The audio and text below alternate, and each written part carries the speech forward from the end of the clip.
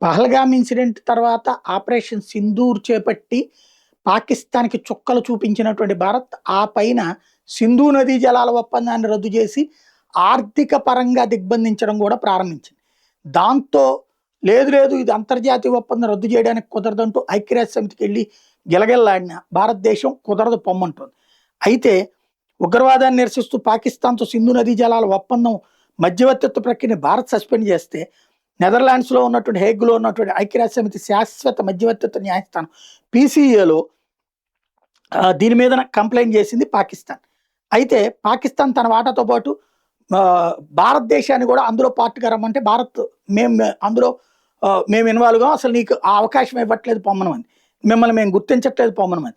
దాంతో అక్కడ ఎవరైనా మధ్యవర్తిత్వం అంటే ఏంటి? రెండో వైపు వాళ్ళు కూడా ఒప్పుకోవాలి. ఒప్పుకోవట్లేదు.